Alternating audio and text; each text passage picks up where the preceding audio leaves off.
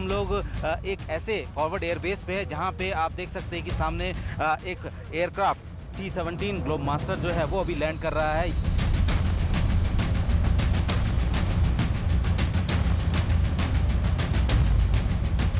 जिसके ऊपर हम लोग खड़े हैं ये एक अंडरग्राउंड टैंकर है। उसके बाद जो है यहाँ से ये सीधा आगे बैरल के ज़रिए जो है ऊंची पोस्ट पे जाता है।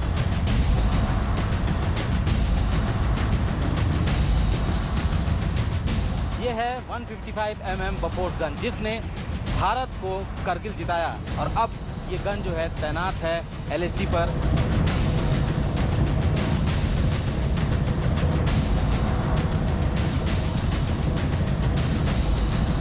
हेलीकॉप्टर आर्मी एविएशन के एक कह सकते हैं जीते जागते भगवान की तरह है कि वो इनको वहां से उठा के लेके आते हैं और यहाँ पे अस्पताल में भेज दिया जाता है उनको।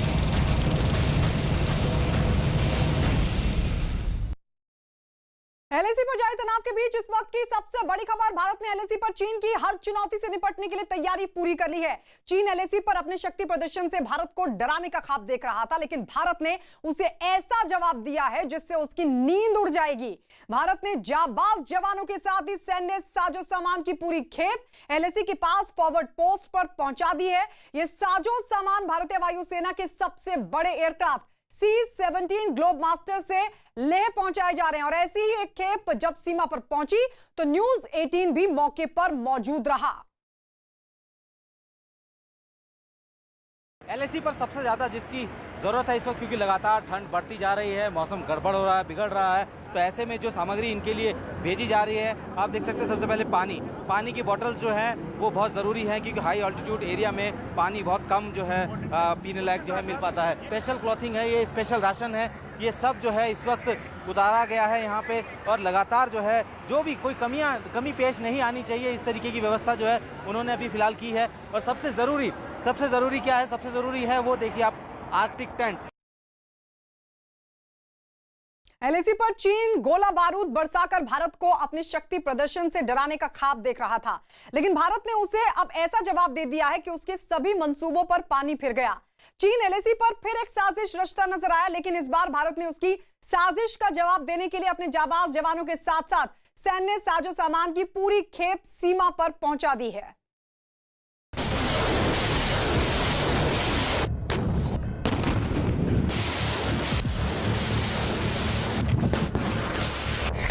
अगर जंग पर आमादा है चीन,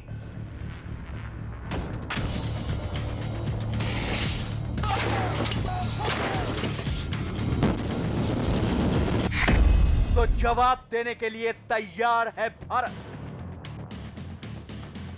इस वक्त हम लोग एक ऐसे फॉरवर्ड एयरबेस पे है जहां पे आप देख सकते हैं कि सामने एक एयरक्राफ्ट C-17 ग्लोब मास्टर जो है वो अभी लैंड कर रहा है। चीन गुपचुप ढंग से कर रहा है जंग की तैयारी।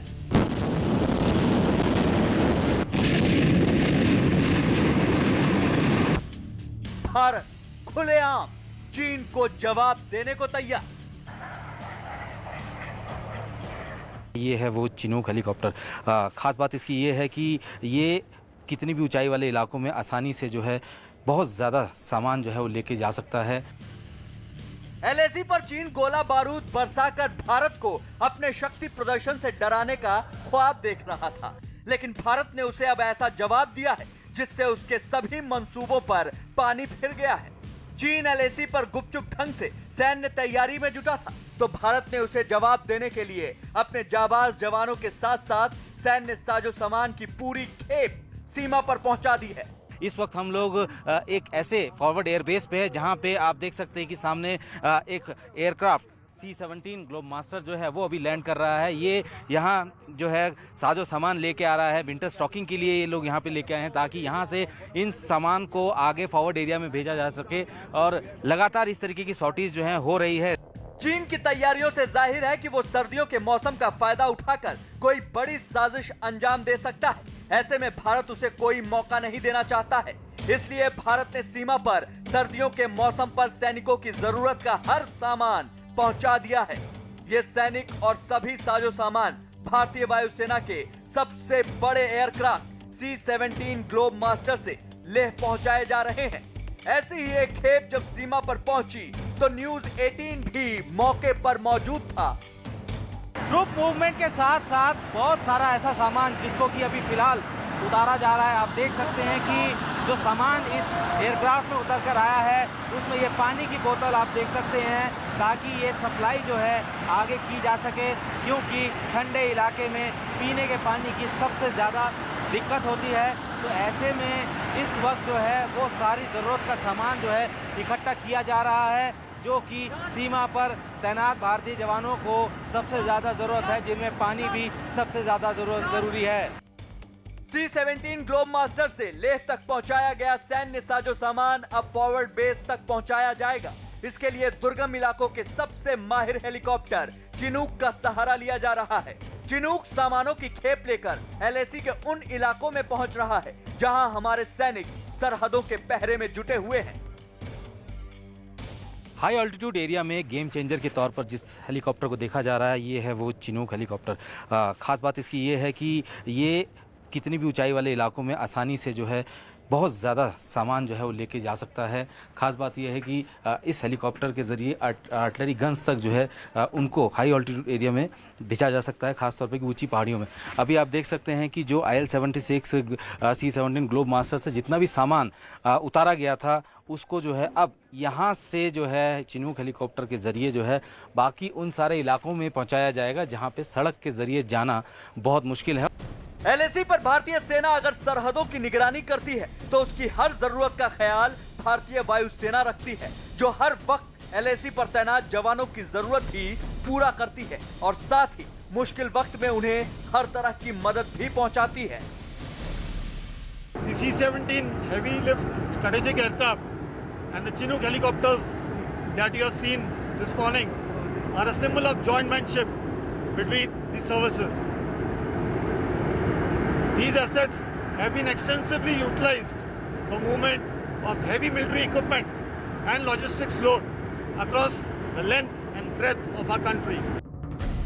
LAC के इलाकों में सर्दियां आते ही तापमान 0 से -50 डिग्री तक चला जाता है। ऐसी हालत में यहां सांस लेना भी मुश्किल हो जाता है, लेकिन हमारे जवानों को इस मौसम के साथ साथ दुश्मन से लड़ना भी होता है और वो इस काम को बखूबी अंजाम भी देते हैं। लेकिन मौसम से उनकी लड़ाई को आसान बनाने के लिए सैनिकों को खास तरह से बनाए हुए ड्रेस और बहुत से उपकरण दिए जाते हैं। C-17 ग्लोब मास्टर ऐसे सैनिकों की जरूरतों के सामान के साथ LAC पर लगातार पहुंच रहा है। जैसे जैसे ठंड बढ़ रही है, ऊंचे इलाकों में जहां पे भारतीय सेना तैनात है वहां पे ठंड से बचने के लिए पूरे बंदोबस्त किए गए हैं। क्योंकि ऊंचे इलाकों में लेयर्स में कपड़े पहनने होते हैं, तो उसी हिसाब से आप देखिए फर्स्ट लेयर है, फर्स्ट लेयर के बाद ये सेकंड लेयर है। क्योंकि कलर भी इसका इसलिए दिया गया है कि अगर सेना के जवानों को किसी ऐसी जगह पे तैनाती की गई है जहाँ पे काफ़ी सारे पेड़ पौधे हैं तो ये कैमोफ्लेज का भी काम करता है। तो वहीं दूसरी तरफ ये जो आप देख सकते हैं कि कभी भी ऐसे बर्फीले इलाकों में जो है जब जाना होता है तब इस तरीके के ये लेयर थर्ड है इसको पहना जाता है।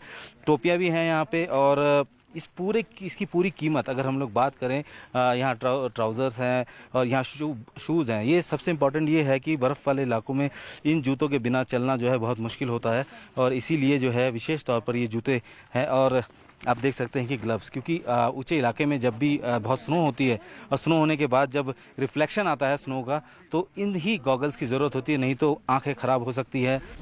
-50 डिग्री के तापमान में हमारे जवान कैसे रहेंगे और वो सीमा पर आए दिन आने वाले बर्फीले तूफानों का कैसे मुकाबला करेंगे, इसके लिए भी विशेष इंतजाम किया गया है। सरकार ने LAC पर तैनात जवानों के लिए खास तरह के टेंट भेजे हैं जिसमें सैनिक कड़ाके की ठंड में खुद को गर्म रख सकते हैं और दुश्मन का मुकाबला करने के लिए हर वक्त तैयार रह सकते हैं।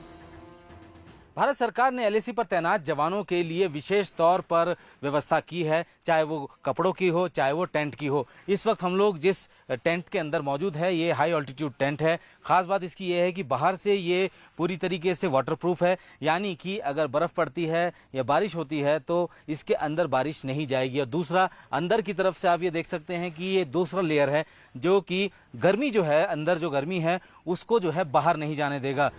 इस टेंट को गर्म रखने के लिए इसमें विशेष हीटर लगाए गए हैं। साथ ही टेंट में कई ऐसे उपकरण लगे हैं ताकि बाहर के तापमान का असर अंदर कम से कम हो। एलएसी पर इस तरह सैनिकों के लिए अब तक इतना सामान जमा किया जा चुका है कि अगर अगले 1 साल तक किसी भी वजह से कोई सप्लाई नहीं हो पाती है तो भी यहाँ मौजूद सैनिक आसानी से चीन का जवाब दे सकते हैं। लद्दाख जैसी जगह में operational logistics fire and fury core के लिए बहुत मायना रखता है और पिछले 20 साल में हम इसको मास्टर कर चुके हैं। चीन ने 1962 में सर्दियों का फायदा उठाकर ही भारत पर हमला बोला था, लेकिन अब भारत ने सर्दियां आने से पहले ही इतनी तैयारी कर ली है कि चीन भारत पर हमला करने की हिम्मत भी नहीं कर सकता।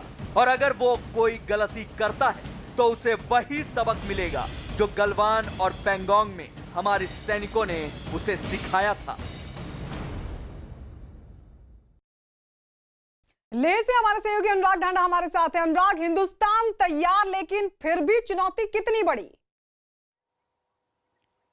देखिए, बहुत बड़ी चुनौती है और इस मायने में चुनौती है कि तैयारियां तो पूरी कर ली गई हैं भारतीय सेना की तरफ से। संदीप की रिपोर्ट में आपने देखा होगा कि किस तरीके से तमाम साजो सामान पहुंच चुका है और वो बहुत ज़रूरी है, बेहद ज़रूरी है। मैं इसलिए बता रहा हूं कि हम ये जो रास्ता है जहां पर हम जा रहे हैं, इस तरफ अगर मैं अपने कैमरामैन से कहूं आपको दिखाएं कि ये जो पहाड़ियां शुरू होती हैं इनके पीछे गैलवान वैली पड़ती है और हम लेह से कुछ दूरी पर फिलहाल मौजूद हैं, उसी रास्ते पर हैं जो पैंगोंग लेक की तरफ जाता है, गैलवान वैली की तरफ जाता है। और ये टेरेन आप इसको देख करके समझिए कि जब मई के महीने में राजनाथ सिंह यहां पर आए थे तो यही वो जगह थी इन पहाड़ियों के बीच में जहां पर उन्होंने तमाम फौजियों को संबोधित किया था, यहां पर तमाम आर्मी ऑफिसर्स को, तमाम सैनिकों को संबोधित किया था। ये बहुत डिफिकल्ट टेरेन है, यहां पर सस्टेन करना, यहां पर लंबे समय तक टिके रहना, ये सबसे मुश्किल काम है। और इसी मुश्किल काम को भारतीय सेना के जो लॉजिस्टिक्स है वो अब इसको आसान कर रही है। एयरफोर्स पूरी तरह से मदद कर रही है। तमाम फॉरवर्ड पोस्ट पर 12 से 14 महीने का राशन से लेकर रसद तक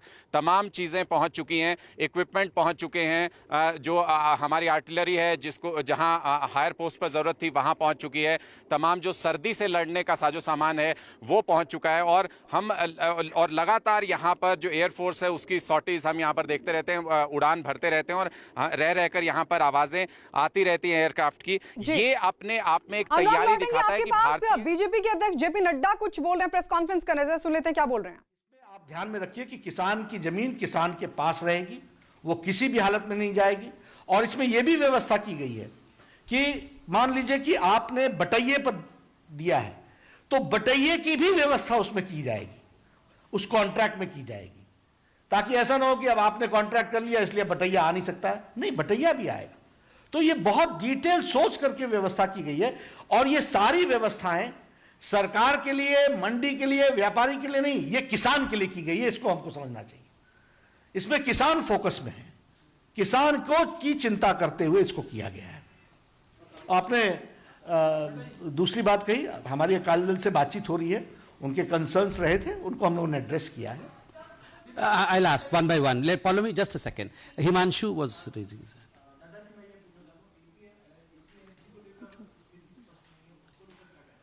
एपीएमसी चलती रहेगी, agriculture produce marketing committee act चलता रहेगा, उसमें वो व्यवस्था बदस्तूर बरकरार रहेगी, एमएसपी भी रहेगी।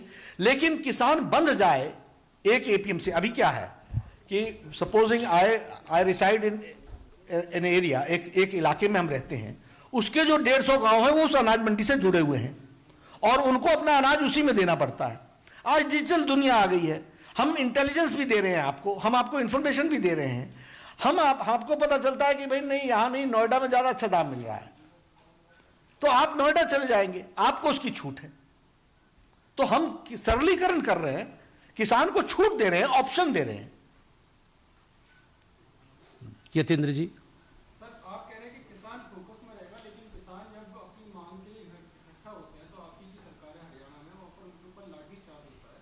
दूसरा उनका ये कहना है कि आपके नेता जो आप भी कह रहे हैं कि एमएसपी बना रहेगा, इसको अध्यादेश में इसका जिक्र क्यों नहीं किया गया? क्योंकि उनकी मांग यही है कि एक लाइन अगर अध्यादेश में जोड़ दी जाए तो उनका आंदोलन खत्म हो जाएगा। ऐसा है कि मूल एक्ट में ही एमएसपी का जिक्र नहीं है। MSP is through an executive order. और एमएसपी में जाएगा कौन? जब हमको दाम बढ़ा मिल रहा है तो हम एमएसपी में क्यों जाएंगे? और अगर हमको दाम कम मिल रहा है तो हम एमएसपी से क्यों बाहर जाएंगे? तो हम तो आपको ऑप्शन दे रहे हैं ना, आप समझे मेरी बात। एक तो ध्यान में रखिए कि एमएसपी लिमिटेड पीरियड के लिए होता है। उस लिमिटेड पीरियड में जितनी भी होती है वो आप लेंगे, उसके बाद आप उस अनाज मंडी से बंधे रहें, इसकी क्या आवश्यकता है।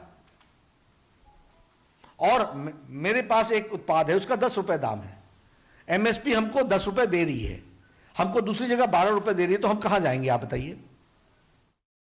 और इस वक्त एक बड़ी खबर मिल रही है चीन की जासूसी से जुड़ी।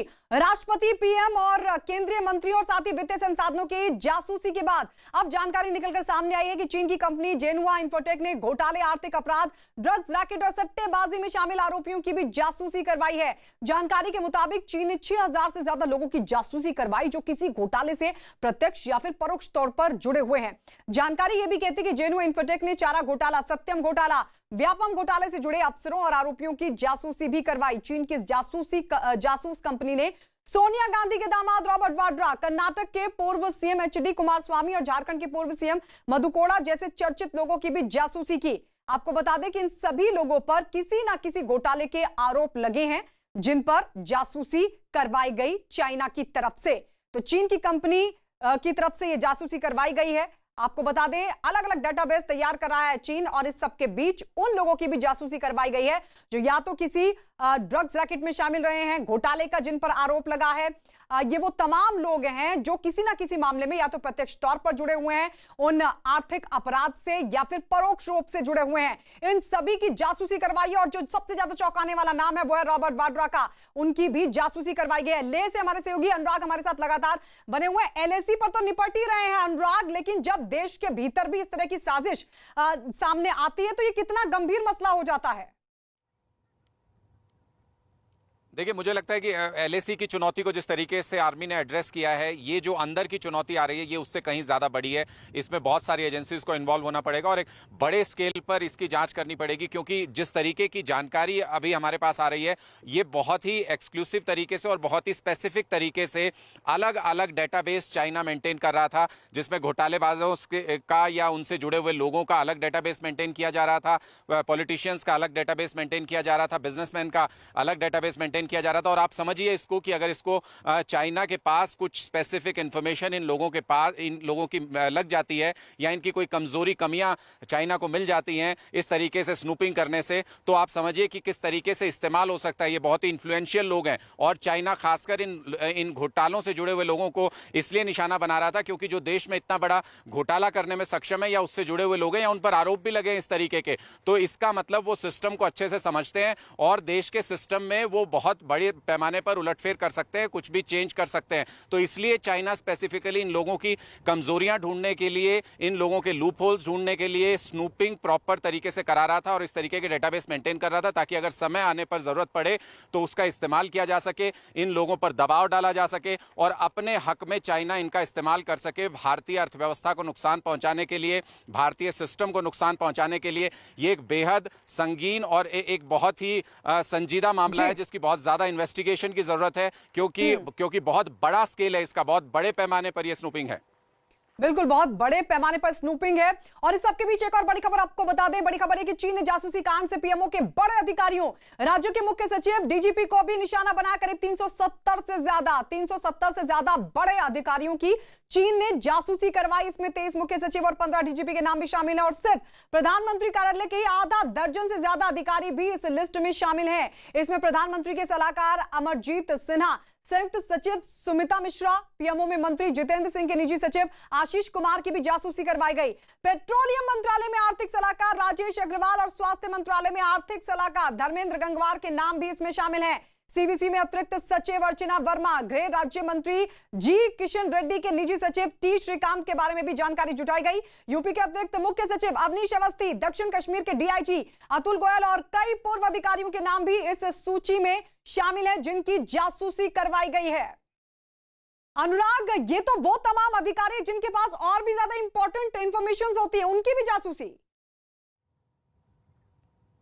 देखिए बिल्कुल शायद मैं वही बात बार बार कह रहा हूं कि एक स्पेसिफिक तरीके से टारगेट करने की कोशिश है। आप खुद समझिए कि अगर पीएमओ के आधा दर्जन अधिकारी अगर उन पर नजर रखी जा रही है, उनके बारे में इंफॉर्मेशन गैदर की जा रही है, तो अभी हमारे पास ये जानकारी नहीं है। ये हमारे पास सिर्फ ये जानकारी आई है कि इनको निशाना बनाया जा रहा है, पर क्या इनकी कोई इंफॉर्मेशन कॉम्प्रोमाइज हुई है, और अगर हुई है तो किस तरीके की इंफॉर्मेशन कॉम्प्रोमाइज हुई है, क्योंकि ये तमाम अधिकारी, ये तमाम नेता, ये बहुत ही की पोजीशंस पर बैठे हुए लोग हैं, और अगर इनकी कोई सेंसिटिव इंफॉर्मेशन कॉम्प्रोमाइज हुई है तो किस तरीके से उसको हैंडल किया जाएगा। क्या इनको इन पदों से फिलहाल के लिए इनको हटाया जाएगा, क्या इनको जो सेंसिटिव इंफॉर्मेशन है उससे फिलहाल दूर रखा जाएगा, क्या वो प्रिकॉशनरी मेजर्स होंगे जो रखे जाएंगे, ये बहुत बड़ा सवाल होगा आने वाले दिनों में। क्योंकि अगर की पोजीशंस पर बैठे हुए लोगों पर इतने बड़े स्केल पर जासूसी हो रही थी, तो ये जानना बहुत महत्वपूर्ण है, जिसमें तमाम एजेंसियां, साइबर एजेंसी से लेकर के तमाम बड़ी एजेंसियां इस वक्त देश की लगी हुई हैं, कि क्या वो सेंसिटिव इंफॉर्मेशन थी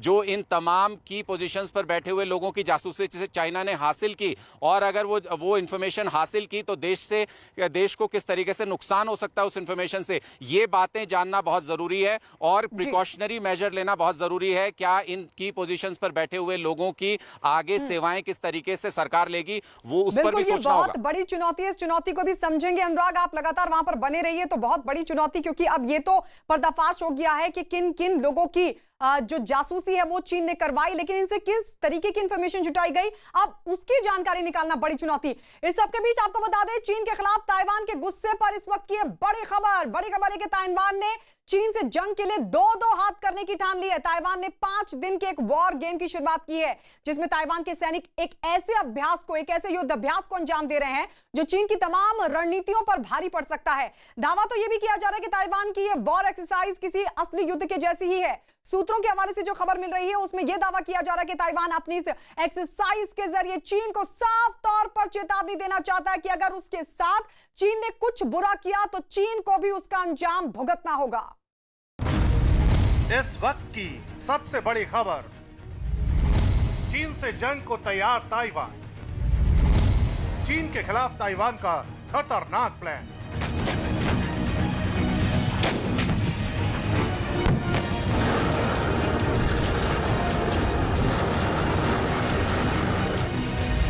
चीन को चित करने की अनोखी तैयारी।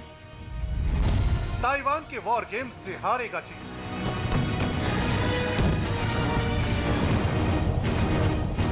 एलएसी पर चल रहे तनाव के बीच चीन के खिलाफ एक बड़ी खबर आ रही है। न्यूज 18 इंडिया के पास ताइवान से आई वो सुपर एक्सक्लूसिव तस्वीरें हैं, जिसमें ताइवान चीन के खिलाफ एक ऐसा युद्धाभ्यास कर रहा है जिसका एक एक हिस्सा आने वाले दिनों में चीन की पीपुल्स लिबरेशन आर्मी पर भारी पड़ने वाला है।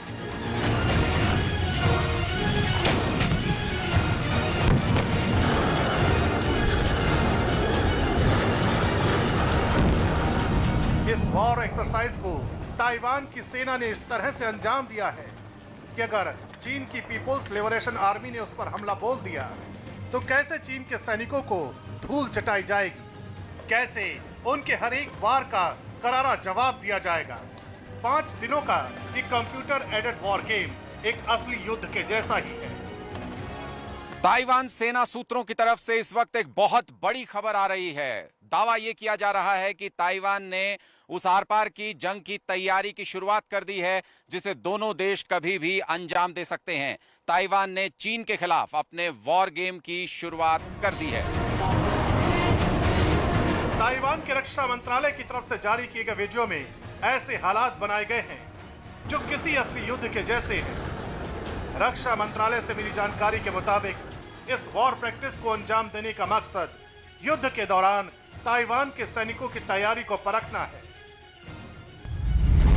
ताइवान इस युद्ध के जरिए अपने सैनिकों के हुनर की पड़ताल करना चाहता है। ताइवान इस वॉर प्रैक्टिस के जरिए रणनीतिक मोर्चे पर अपनी सेना को परख रहा है। ताइवान ये जानना चाहता है कि अगर चीन से युद्ध के हालात पैदा हुए तो उसके सैनिक आपस में कैसे तालमेल बिठाएंगे। ताइवान का यह युद्धाभ्यास हान कुआंग नाम के सालाना अभ्यास का हिस्सा है। ताइवान हान कुआंग नाम की इस ड्रिल को 1984 से करता आ रहा है, जिसका मंदारिन में मतलब होता है कि खोया हुआ इलाका वापस हासिल करना। यानी छोटा सा देश ताइवान चीन को किसी भी वक्त चुनौती देने के लिए अपनी तैयारियों को अंजाम देने में जुटा है।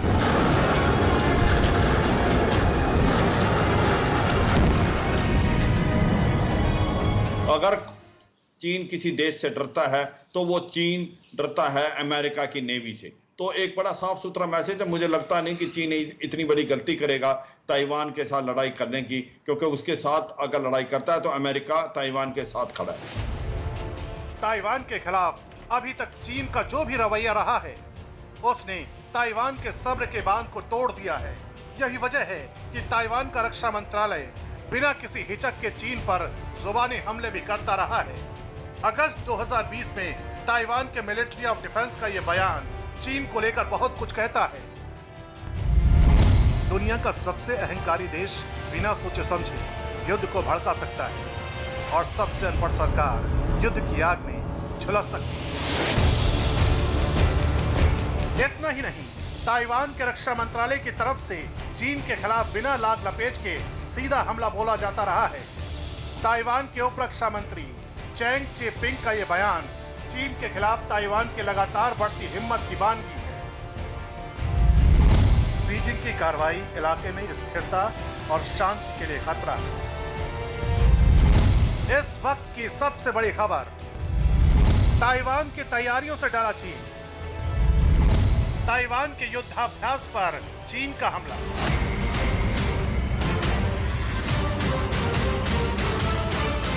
खास बात यह भी है कि ताइवान चीन के खिलाफ जिस युद्धाभ्यास को अंजाम दे रहा है, उसमें यूएस आर्मी भी लगातार ताइवान के सैनिकों की कार्रवाई को मॉनिटर कर रही है। यही वजह है कि चीन का विदेश मंत्रालय ताइवान को लेकर जब तक अपनी खींच मिटाता रहा है। आपको सैन्य अभ्यास के बारे में रक्षा मंत्रालय से पूछना चाहिए, न कि मुझसे। लेकिन मैंने कुछ रिपोर्ट देखी जिन्हें देखकर यह लगता है कि ताइवान युद्धाभ्यास करके अपनी शक्ति को बढ़ा रहा है। अगर वे ऐसा कर रहे हैं तो उन्हें इसका ज्यादा नुकसान उठाना पड़ेगा। दरअसल चीन की वजह से ताइवान अब इस कदर आग बबूला हो चुका है कि वो चीन को किसी भी रूप में जवाब देना चाहता है। यही वजह है कि जुलाई महीने में भी ताइवान ने एक ऐसी वॉर एक्सरसाइज को अंजाम दिया था जिसके बाद चीन गुस्से से तिलमिला उठा था। इस वॉर एक्सरसाइज को ताइवान का सबसे बड़ा सैन्य अभ्यास बताया गया। तामसुई नदी के पास इस युद्धाभ्यास को अंजाम दिया गया। इस युद्धाभ्यास में 8000 सैनिकों ने हिस्सा लिया। जल, थल और वायु में ताइवान ने ताकत दिखाई। इस युद्धाभ्यास में F-16 फाइटर जेट को भी शामिल किया गया। फिलहाल चीन और ताइवान के बीच चल रही इस तनातनी के थमने के आसार नहीं दिख रहे हैं, क्योंकि ताइवान को लेकर चीन जहां आक्रामक बना हुआ है, वहीं ताइवान ने भी चीन को उसी की भाषा में जवाब देने की ठान ली है।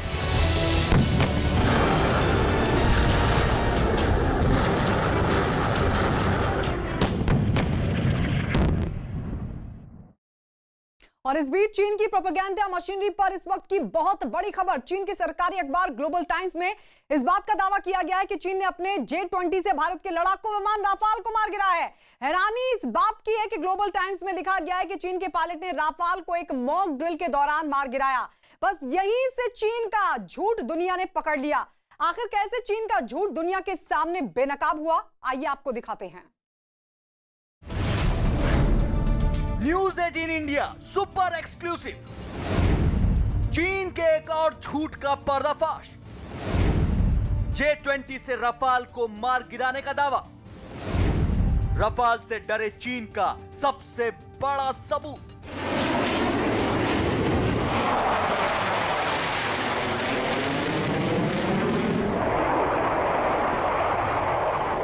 LAC पर बने तनाव के बीच चीन के एक और फरेब पर बड़ी खबर आ रही है।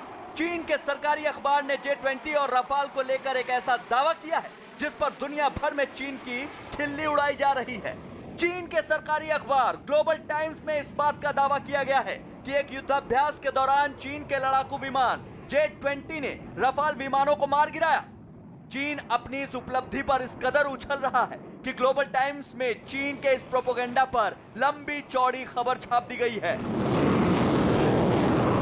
चीन के फरेब पर बहुत बड़ी खबर आ रही है। चीन के सरकारी अखबार ग्लोबल टाइम्स ने अपनी एक कवरेज में जिक्र किया है कि चीन ने अपने युद्धाभ्यास के दौरान भारत के राफेल को 17 बार मारा है और इसी बात से चीन खुश हो रहा है। सवाल यह उठता है कि क्या चीन ने अपने युद्धाभ्यास को ही आखिरी नतीजा मान लिया है या फिर वो झूठा प्रोपेगेंडा फैलाने की कोशिश कर रहा है। चीन के सरकारी अखबार ग्लोबल टाइम्स ने लिखा है, पीएलए की पूर्वी थिएटर कमांड के वोंग हाई एयर ग्रुप से जुड़े एक युवा पायलट चेन शिनहाओ ने अपने साथियों के साथ तालमेल बनाते हुए विरोधियों के 17 फाइटर जेट्स को मार गिराया। इस दौरान चीनी सेना के किसी भी विमान को कोई नुकसान नहीं पहुंचा। इससे एक बार फिर साबित होता है कि J-20 भारत के राफाल पर भारी पड़ेगा। चीन के झूठ की खुली पोल, अपनी ही रिपोर्ट में फंस गया चीन।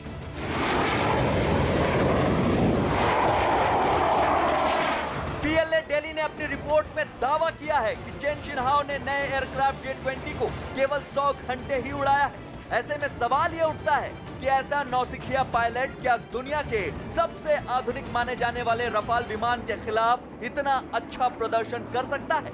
वहीं पीएलए दिल्ली ने अपने इस रिपोर्ट के कवर पर भारत के सुखोई 30 MKI की तस्वीर लगाई है।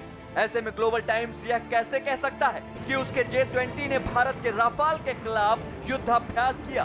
पीएलए एयरफोर्स ने 2019 में वोंग हाई एयर ग्रुप में J-20 विमानों को शामिल किया था।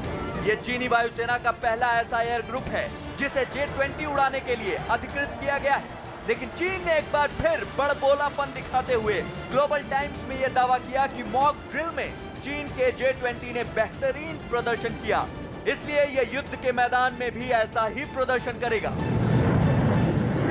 राफेल के साथ J-20 कहीं नहीं ठहरता और कहीं चीन बुखला गया है, इसलिए बार बार ये कोशिश करने की कर रहा है कि J-20 राफेल के मुकाबले में बेटर है, मगर सच्चाई बहुत दूर है। और एक प्रकार से ये दिखाया जा रहा है कि चीन कितना नर्वस है, चीन कितना डरा हुआ राफेल से, ये भी एक बात को दर्शाता है। मगर अगर लड़ाई होती है तो राफेल J-20 पर बहुत भारी पड़ेगा। चीन की प्रोपेगेंडा मिशनरी कैसे झूठ फैलाने का काम कर रही है, यह भी आपको दिखाते हैं। दरअसल हाल ही में यह रिपोर्ट सामने आई थी जिसमें कहा गया कि चीन के लड़ाकू विमान J-20 के इंजन में दिक्कत आ चुकी है। एक रिपोर्ट में दावा किया गया कि J-20 के इंजन को 3 बार बदला जा चुका है। चीन J-20 के विकल्प के लिए नई तकनीक पर काम कर रहा है। J-20 की खामियों के चलते चीन में मानव रहित लड़ाकू विमान पर काम किया जा रहा है। दावा किया जा रहा है कि अगली पीढ़ी का यह विमान J-20 से कहीं बेहतर होगा। हालांकि J-20 के चीफ डिजाइनर का यही दावा है कि J-20 युद्ध के दौरान किसी भी मिशन को पूरा कर सकता है। 我对它的期待就是，国家需要它的时候，它一定能挺起腰杆来，能够真正实现国家给它的使命。 और अब आपको दिखाते हैं कि आखिर चीन J-20 को लेकर जो दावे कर रहा है, वो दावे राफाल के मुकाबले कहां ठहरते हैं। राफाल और J-20 सिंगल सीट विमान हैं। इन दोनों ही विमानों में डबल इंजन लगे हुए हैं। राफाल एक मल्टी रोल फाइटर जेट है, जबकि चीन का J-20 एक स्टेल्थ जेट है। राफाल का वजन 24,500 किलो है। J-20 का वजन 34,000 से 37,000 किलो है। राफाल की रेंज 3,700 किलोमीटर है।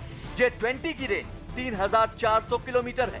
इतना ही नहीं, रफ्तार के मामले में भी राफाल J-20 पर भारी है।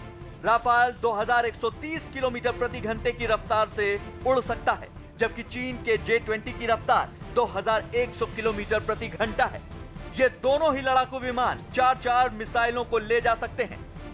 जाहिर है, चीन भले ही प्रोपेगेंडा फैलाकर अपने देश में वाहवाही लूट लेना चाहता हो, लेकिन सच आईने की तरह साफ है, और वो ये कि चीन को युद्ध के मैदान में राफाल से भारी चुनौतियां मिल सकती हैं।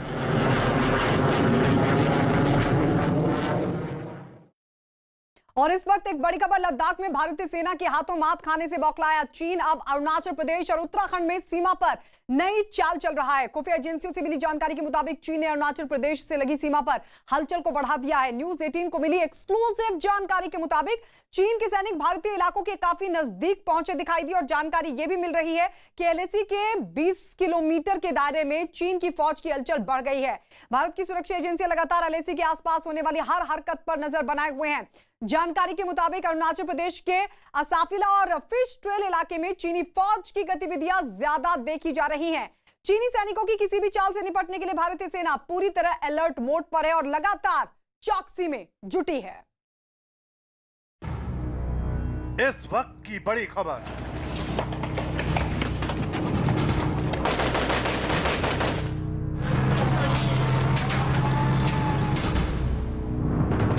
अरुणाचल सीमा पर बढ़ी चीन की हलचल।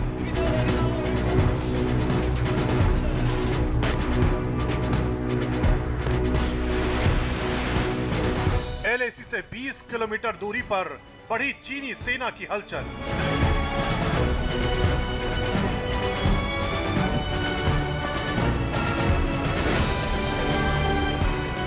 अरुणाचल की सीमा पर चीन ने बनाए सेना के ठिकाने।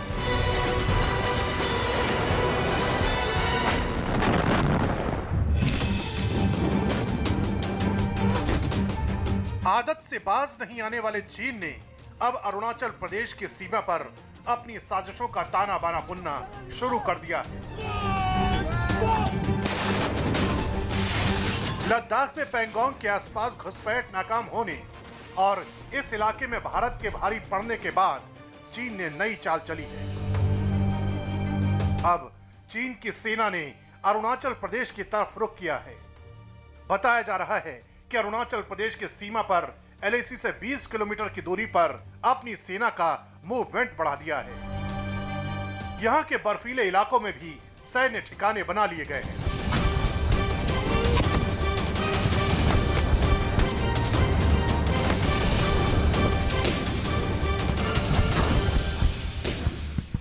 लद्दाख में अपने मंसूबों में मात खाने के बाद चीन किसी और इलाके में घुसपैठ की कोशिश कर सकता है। इसलिए भारतीय सेना की तरफ से लद्दाख से लेकर अरुणाचल प्रदेश तक तमाम सेक्टरों में निगरानी बढ़ा दी गई है।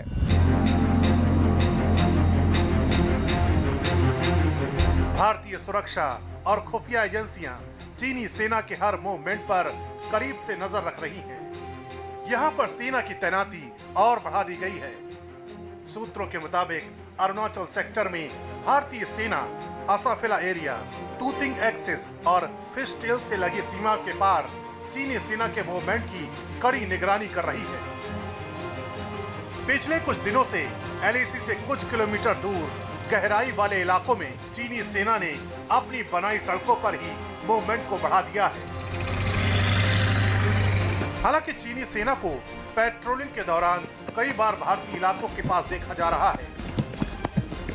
इसे देखते हुए भारतीय सेना भी एलएसी के सारे सेक्टर में खुद को मजबूत करने में लगी हुई है। चीन की अब तक जैसी हरकत रही है उसे देखते हुए भारत सरकार को भी चीन पर भरोसा नहीं है। इसलिए संसद में रक्षा मंत्री देश को भरोसा दे चुके हैं कि भारत की तैयारी पूरी है और वो किसी भी हालात से निपटने को तैयार है।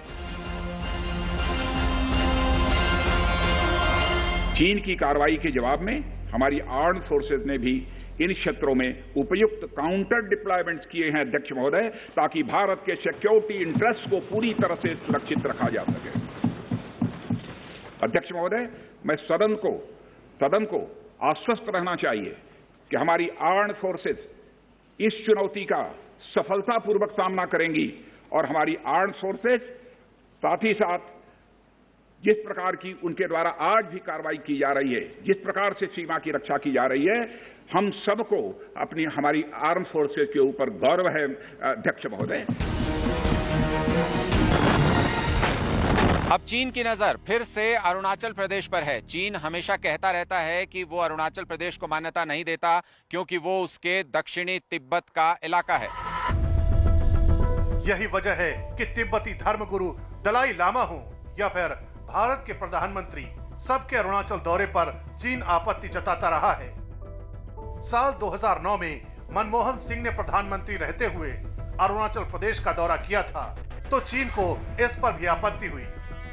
यही नहीं, 2014 में जीत हासिल करने के बाद प्रधानमंत्री के रूप में नरेंद्र मोदी ने राज्य का दौरा किया तो चीन ने इस पर भी आपत्ति जताई। चूंकि चीन के पास मैकमोहन रेखा स्पष्ट रूप से मौजूद नहीं है, इसलिए चीन यहां विवाद को हवा देता रहता है। सूत्रों की माने तो चीन कूटनीतिक स्तर पर अरुणाचल प्रदेश पर दावा कर मामले को तूल देता रहता है, लेकिन वो कभी भी इसका सक्रिय नियंत्रण अपने पास नहीं रखना चाहता।